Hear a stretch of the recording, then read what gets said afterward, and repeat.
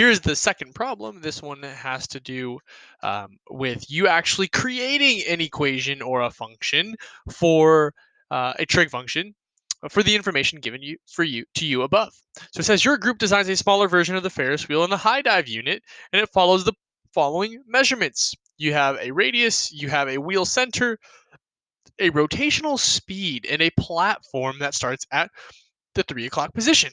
So let's remind ourselves of what we have already derived in class, and that's the function f of theta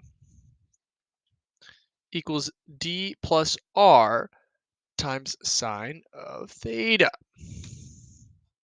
Okay, and this function is actually useful for us because we can dissect the different pieces of the problem. The first piece of the problem has to do with these different variables. So dr, and then what does this theta actually represent? Well, if you look back at the notes at the slides that we posted, we have reminded ourselves that d represents the Ferris wheel's center. And in fact, to be more specific, it's the distance from the center of the Ferris wheel to the ground. Okay, so if you had some sort of Ferris wheel here, whoop, perfect circle, and this is the center, you have your structure of the Ferris wheel, boom, boom, and the distance from the center to the ground is going to be this value for d. Okay, your r, yep, you guessed it, is going to stand for the radius of the Ferris wheel. While it's always the same no matter where you are in the Ferris wheel, it will adjust your overall height of the Ferris wheel depending on what the rest of this sine of theta actually stands for. Okay, this theta is actually helpful in us looking at the period of the function.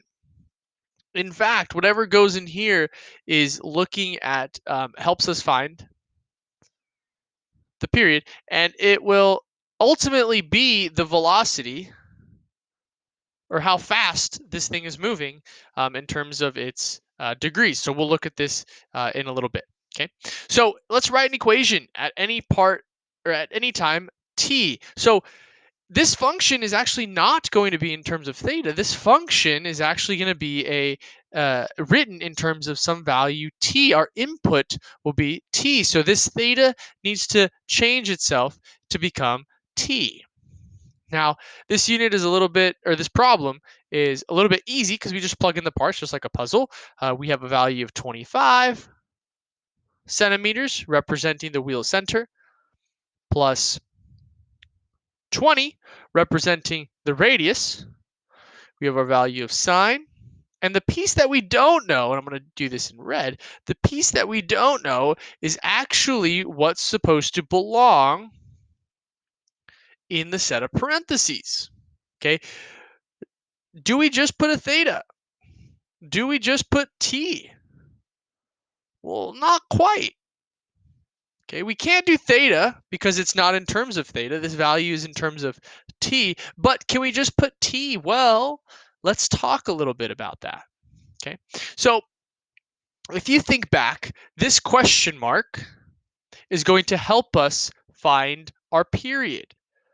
And in order to do that, in order to discover what the period is,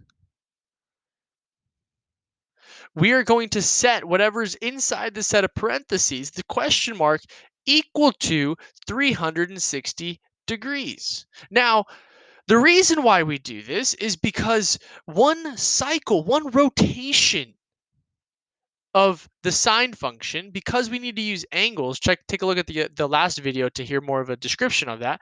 We need to interpret the problem using 360 degrees. Okay, 360 degrees represents one cycle in terms of a circle, and using that, sine ends up repeating its values for degrees with the equivalent actual angle value measurement for any values above 360. Okay, so whatever that question mark is needs to equal 360 degrees. Now, in this problem, it says that one full rotation is every 30 seconds. Okay, which means our period is actually equal to t being 30 seconds. So what we need to do is we need to figure out, okay, this question mark needs to be some value multiplied with t such that equals 360 degrees. Well, we realize that t equals 30 seconds in this case because the entire full rotation of this Ferris wheel takes 30 seconds. So what could that question mark be? Well, in order to solve that, we get 360 divided by those 30 seconds, and we end up with 12. Okay, more specifically, 12 degrees per second that this Ferris wheel turns. So what this ends up telling us is that as we set up this equation, we're going to have some value f of t, a function of in terms of time t, equals 25 plus 20 sine of, as we said before, the question mark will be 12t.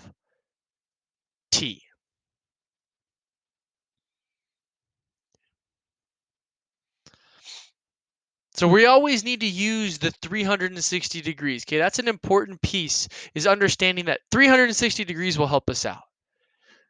Okay, and if you need a shortcut,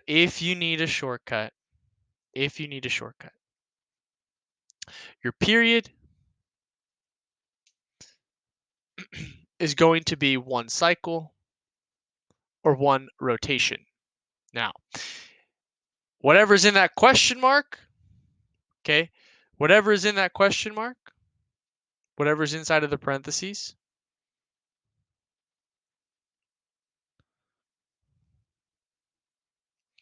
needs to be equal 360 degrees. Okay, when you do that and you solve for whatever variable you have, either theta or time, theta or t, depending on what you have in your problem, your answer is your period. Okay. In this case, the answer was given to us. Our period was 30 seconds. So we needed to figure out what expression is going to equal the inside of this function in order for us to get the period of 30. Okay. So that's number 2, part A, kind of solving for that. Okay. Number 2, part B, we just need to go ahead and graph this. If you didn't watch the last video, I would recommend going to watch that now. I'm going to just do the graph really quickly and hopefully just zoom by being able to graph that. I'm going to skip all of the steps in terms of creating the structure of the graph. So if you need a refresher on that, please go check it out. For this, you need 2 periods. So I'm going to go 1, 2, 3, 4, 5, 6, 7, 8. 9, 10, 11, 12, 13, 14, 15, 16, 17, 18, 19, 20, 1, 2, 3. Uh-oh. I'm going to have a fourth one here. 24. Okay, I'm just going to extend out a little bit. I'm going to go by ones. And then I'm actually going to be separating this out because once I have my oh no, my period is actually 30 degrees. So I need to go by 30 degrees. Well, if you watch the last video, if I take the 30 degrees and divide by 4, this will help me out. So this is roughly a little bit more than 7, so about 7 seconds. So in this case, what we will do is actually take a look at this. I'm going to say the words, this graph a little bit differently. So I'm going to go up to 30 seconds. So I'm going to do, let's say, 5, 10, 15, 20, 25, 30, 35, 40, 45, 50, 55, 60. Okay, so 5, 10, 15, 20, 25, 30, 35, 40, 45, 50, 55, 60. And because this is going to be a sketch, it doesn't need to be 100% accurate. The last video shows you a 100% accurate video or an accurate graph. So you could take a look at that. Okay, so here I'm going to go 5, 10, 15, 20, 25. Oops. I'm going to go 10, 20, 30, 40, 50. Okay. And we're going to graph. Okay, so here my first point is going to be on this midline, which is 25. So I'm going to come up here. 25 is my midline. After 30 seconds, I'm going to come back to this position. Halfway through, I'm also going to be there. Okay, so it seems like every 15 seconds, I'm going to come back to this midpoint. So I'm going to go ahead and do all of those points. Okay, since my amplitude is positive 20, I know I'm going to be starting off upwards on the graph. So somewhere in between these two values, I'm actually going to have our first maximum value at a value of 45. You just add those two. And then somewhere in between these two values, I'm going to have my minimum value of 5. So I'm going to come and just somewhere in here. And then I'm going to cycle this out somewhere in the middle there. Boom. And then I'm going to cycle this out, come straight down. Boom. Okay. So then I get some sort of graph that looks like this. Okay. Yes, there are accurate positions for every one of these points. You can go check that out on the previous video. But for this, we're just looking for a sketch.